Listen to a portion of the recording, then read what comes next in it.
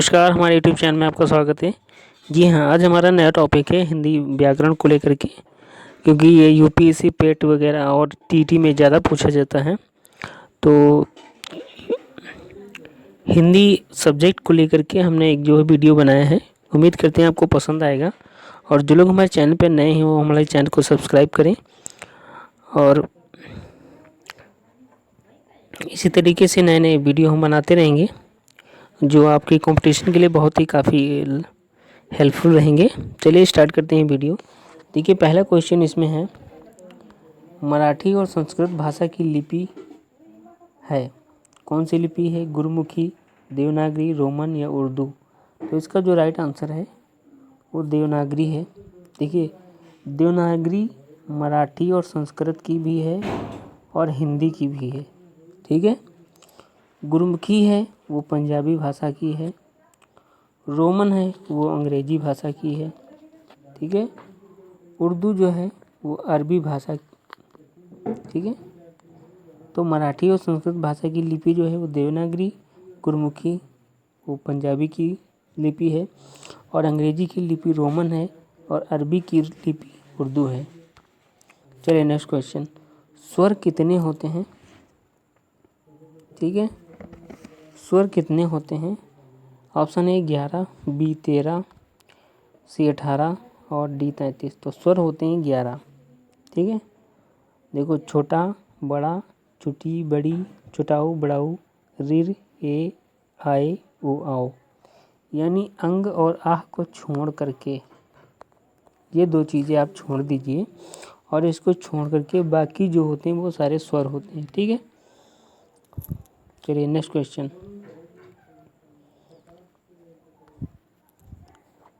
व्यंजनों की संख्या कितनी होती है? ऑप्शन ए है 13, बी है 18, सी 33 यानी 33 और डी है 11। तो इसका जो राइट आंसर है वो इसका राइट आंसर है 33। देखिए, 11 स्वर हो गए और 33 आपके जो हैं वो व्यंजन हो गए, ठीक है।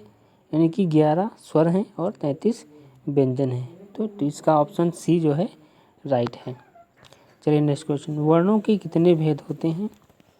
वर्णों के कितने भेद होते हैं?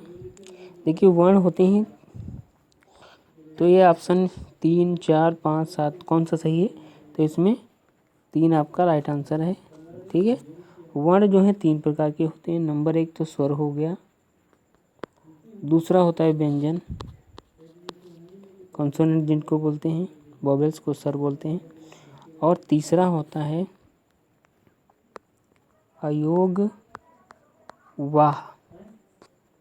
अयोग वाह यानी वर्ण कितने प्रकार के होते हैं? स्वर, व्यंजन और अयोग वाह। चलिए आगे हम अयोग वाह के बारे में बताएंगे। नेक्स्ट क्वेश्चन, स्वर के भेद कितने होते हैं? ठीक है, यानी स्वर कितने प्रकार के होते हैं? तो वैसे तो आपने पढ़ा कि 11, ठीक, लेकिन यहाँ पे भेद पूछ रहा है कि भेद कितने होते हैं। तो भेद होते हैं 3, ठीक है। कौन कौन से? हस्व होता है, दीर्घ होता है, दीर्घ स्वर होता है, हस्व स्वर होते हैं, दीर्घ स्वर होते हैं, और प्लुत स्वर होते हैं, ठीक है। प्लुत स्वर होते हैं, हस्व हो गया, दीर्घ हो गया, प्लुत स्वर हो गए, यानी तो स्वर के 3 भेद होते हैं। तो इसका राइट आंसर क्या है? पहला है, ठीक है। हस्व स्वर की संख्या कितनी होती है? देखिए, स्वर के 3 भेद होते हैं, उसमें से पहला होता है हस्व स्वर। हस्व स्वर कैसे होते हैं? जिनको शॉर्ट वॉवेल्स बोलते हैं। जिन स्वरों के उच्चारण में थोड़ा समय लगता है उन्हें हस्व स्वर कहते हैं, या मूल स्वर भी इन्हें कहते हैं।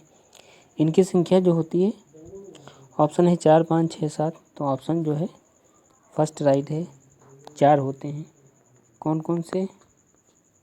छोटा होता है, छोटी होती है, छोटाऊ होता है,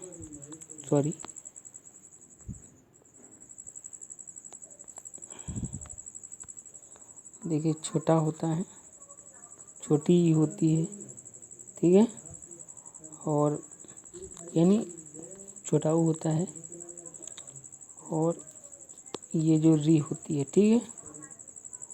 छोटा, छोटी और छोटाऊ और रीर, ठीक है।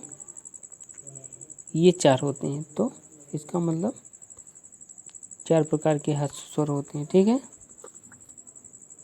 नेक्स्ट क्वेश्चन बात करते हैं। दीर्घ स्वर की संख्या कितनी होती है? अब देखिए, दीर्घ स्वर होते क्या हैं? जिन स्वरों के उच्चारण में ह्रस्व स्वर से दुगुना समय लगे, यानी ह्रस्व में कम समय लगता है बोलने में, और इनके जो दीर्घ स्वर होते हैं इनके उच्चारण में ज़्यादा समय लगे। तो हमने आ, ई, उ और री लिया था। इसमें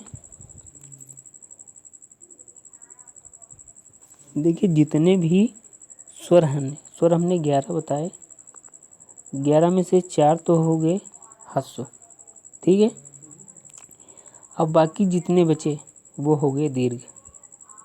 ठीक, स्वर 11 हैं, 11 में से 4 हो गए ह्रस्व, जितने के बचे वो हो गए दीर्घ स्वर, यानी बड़ा, ओ, ठीक, आओ, ए, आए, ठीक, छोटी, बड़ी ई सॉरी, और बड़ा ऊ।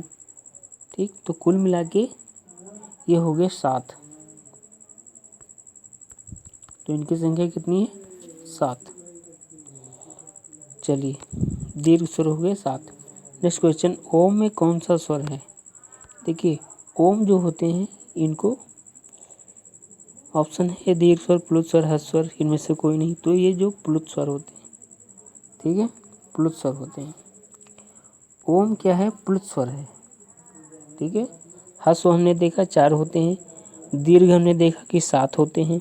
ठीक है, और प्लुत जो स्वर होते हैं, जैसे हमने बोला अरे मोहन, ठीक है, दूर से किसी को बुलाते समय भी प्लुत उच्चारण किया जाता है। ठीक है, और जिन स्वरों का उच्चारण करने में ह्रस्व स्वर से 3 गुना समय ज़्यादा लगता हो उन्हें प्लुत स्वर कहते हैं। जैसे ओम बोलते हैं तो ओ स्वर को प्लुत स्वर कहा जाता है। समझ गए? चलिए नेक्स्ट क्वेश्चन बात करते हैं। व्यंजनों की कितने भेद होते हैं? ठीक, तो व्यंजन ऑप्शन है 3, 4, 5, 7। तो ऑप्शन इसके जो हैं ये राइट है, 3 होते हैं। 3 कौन कौन से? देखिए, स्पर्श व्यंजन होता है। ठीक है, दूसरा अंतःस्थ व्यंजन होता है। ठीक है, तीसरा होता है ऊष्म व्यंजन। ऊष्म व्यंजन, पहला स्पर्श व्यंजन, दूसरा अंतःस्थ व्यंजन, तीसरा ऊष्म व्यंजन। ठीक है, तो ये 3 प्रकार के होते हैं। चलिए, कवर्ग का उच्चारण स्थान क्या है? देखिए, व्यंजन के 3 भेद होते हैं, स्पर्श व्यंजन, अंतःस्थ व्यंजन, ऊष्म व्यंजन। तो स्पर्श व्यंजन के अंतर्गत, ठीक है, ये कवर्ग आता है। तो कवर्ग जितने भी होते हैं वो कंठ से बोले जाते हैं, यानी गले से हमारे यहाँ कंठ से बोले जाते हैं। का, खा, गा, घा, अंगा। का, खा, गा, घा और अंगा, ये कंठ से बोले जाते हैं, इन्हें ही कवर्ग बोलते हैं। चलिए, चवर्ग का उच्चारण स्थान क्या है? ऑप्शन वही है, कंठ, ताल, मूर्धा, ओष्ठ। ठीक है, तो चवर्ग क्या है? चवर्ग का मतलब चा से शुरू होने वाले, चा, छा, जा, झा और या। ठीक है, तो ये जो चवर्ग होते हैं ये तालु से बोले जाते हैं। ठीक है, तालु का मतलब ये है, चलिए इसके बारे में डिटेल में बाद में बात करेंगे। चा, छा, जा, झा, या, यानी कि ये तालु से बोले जाते हैं। नेक्स्ट क्वेश्चन, टवर्ग का उच्चारण स्थान है। देखिए, ऑप्शन वही है, कंठ, तालु, मूर्धा, ओष्ठ। तो इसमें कौन सा आंसर राइट है?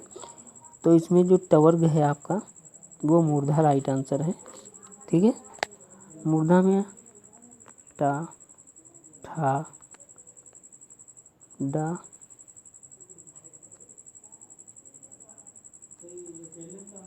टा, ठा और डा, टा, ठा, डा, ढा, अड़ा हो गया, और ये वाला ला और ला, ये 2 होते हैं, यानी टा, ठा, डा, ढा, अड़ा, ये हो गए, और ये ला और ये ला, यानी 5 और 2 7 होते हैं। ठीक है, तो टवर्ग में टाटा डाडा अड़ा और ढा और ढा, ये तीनों रहेंगे। एक तो 7 अक्षर होते हैं। चलिए मूर्धा से बोला जाता है तवर्क। तवर्क का उच्चारण स्थान क्या है? देखिए ता से शुरू हो रहा, तो जाहिर सी बात ता, था, दा, धा और ना हो गया। अब ये उच्चारण स्थान क्या है? ये दांत से बोलते हैं। ये कोई भी बोलोगे तो दांत ऐसा होगा कि आपस में थोड़ा लड़ेंगे, तो इसलिए इसको दंत बोला जाता है। ठीक है, इनका जो उच्चारण स्थान है वो दंत है। ठीक है, नेक्स्ट क्वेश्चन, पवर का उच्चारण स्थान क्या है? देखिए पवर का, अब बात वही है जो पा से स्टार्ट होते हैं, पा, फा, बा, भा और माँ।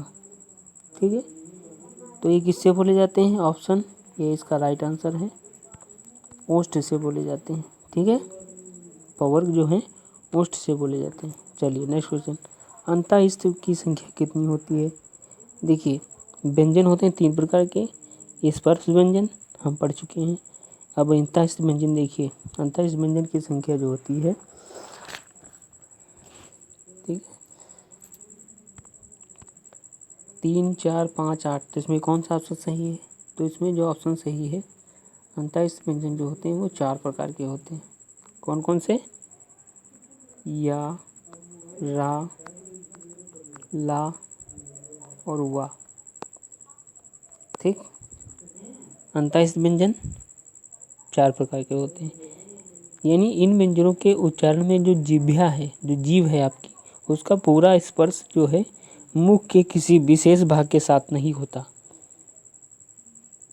ठीक है, उस व्यंजन सिबिलेंट्स जो बोलते हैं, इसकी संख्या कितनी होती है? ठीक है, तो ऑप्शन है 3, 4, 5, 8, तो इसका जो राइट आंसर है वो 4 ही है। ठीक है, इसका भी 4, यानी उस व्यंजन भी 4 हैं, अंतःस्थ व्यंजन भी 4 हैं, बाकी स्पर्श व्यंजन, ठीक है, स्पर्श व्यंजन में कवर्ग, चवर्ग, टवर्ग, पवर्ग, तवर्ग, ठीक है, ये सब हैं। उस व्यंजन 4 हैं और अंतःस्थ व्यंजन भी 4 हैं। देखिए उस व्यंजन कौन से हैं, परिभाषा आपको बता दें हम। देखिए इसके उच्चारण में जो क्या होता है, श्वास वायु जो होती है वो मुख के विशेष स्थानों को छूने के कारण कुछ गर्म हो जाती है। देखिए ऊष्मा का मतलब क्या होता है? गर्मी। गर्म कब होगी? जब आप सा बोलेंगे, सा बोलेंगे, ठीक है, और ये वाला सा और हा, यानी सॉरी इसको बताते हैं हम, सा, सा, सा और हा, यही चारों वर्ण होते हैं। ठीक है, तो इसका मतलब 4 इसका आंसर। नेक्स्ट क्वेश्चन, संयुक्त व्यंजन की संख्या कितनी होती है? देखिए संयुक्त व्यंजन क्या होता है कि ये अकेला कोई व्यंजन होता नहीं, इसमें मिक्सचर होता है। जैसे हम छा बोलते हैं, जैसे हम सॉरी